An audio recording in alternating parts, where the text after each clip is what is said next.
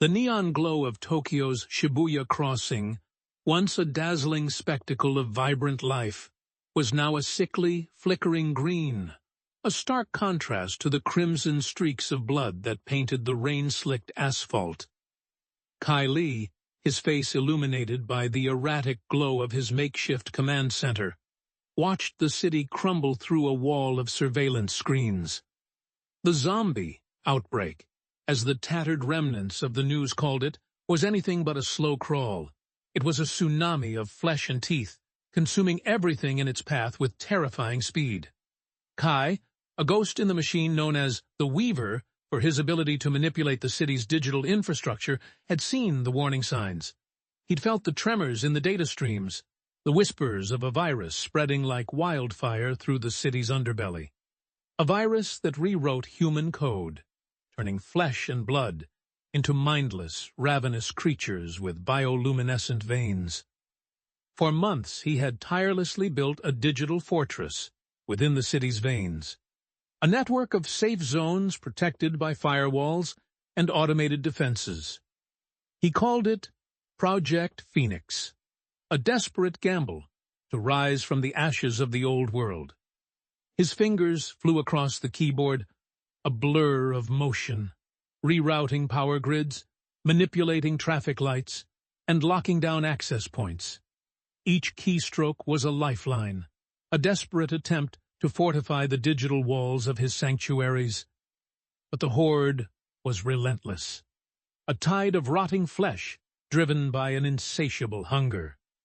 They surged against Kai's digital barriers, their decaying bioluminescent bodies pushing against the limits of his defenses, their collective moans a haunting symphony of despair.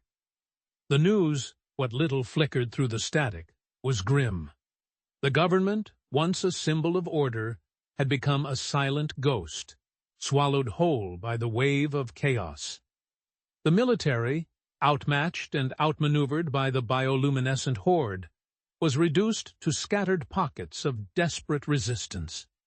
The survivors, scattered and desperate, clung to life, their only solace the faint hope of rescue.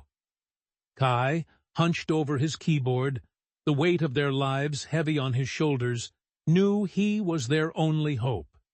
He had to find a way to protect them, to hold back the tide of the undead. He understood the city's infrastructure like a surgeon understood the human body.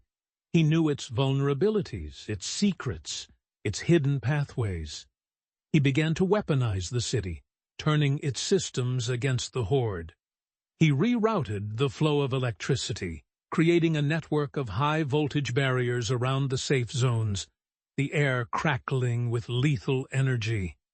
He used the city's traffic lights to create a blinding, disorienting spectacle, a chaotic symphony of flashing lights that confused and disoriented the zombies.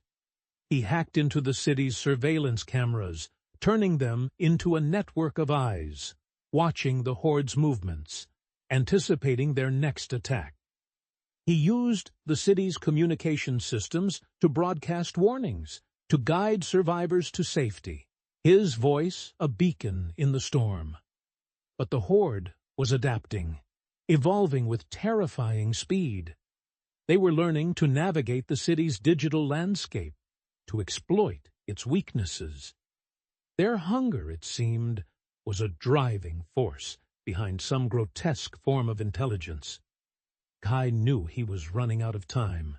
He had to find a way to strike back, to deliver a decisive blow.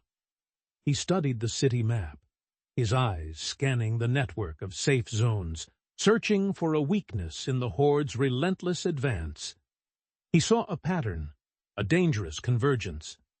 The Horde, drawn by some unseen instinct, was funneling towards a central point, a massive power substation that supplied the entire city.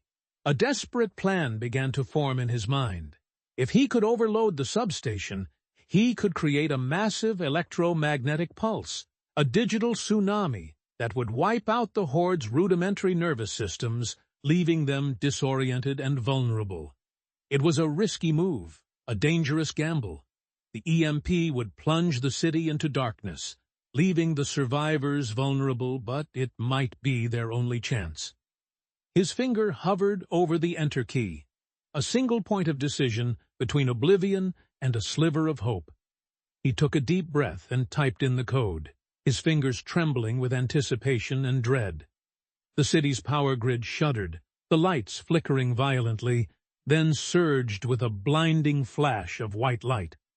The Horde, caught in the electromagnetic pulse, stumbled and fell, their bioluminescent veins dimming as their bodies were racked by the invisible energy surge. Kai watched as the city, once a beacon of hope, was plunged into darkness. The screens around him going dark, one by one. But in that darkness, he saw a glimmer of hope. The Horde was disoriented, their movements sluggish and uncoordinated, their bioluminescence flickering sporadically. The survivors, emboldened by the sudden shift in the tide, were fighting back, the sounds of gunfire and desperate struggle echoing through the darkness. Kai knew the battle was far from over. The city was still a battlefield, a war zone where every street corner held the threat of death. But he had bought them time, a precious chance to regroup, to push back against the darkness. He had turned the city into a weapon, a digital fortress against the undead, and in the heart of the digital storm, Kai, the ghost in the machine, had become their only hope.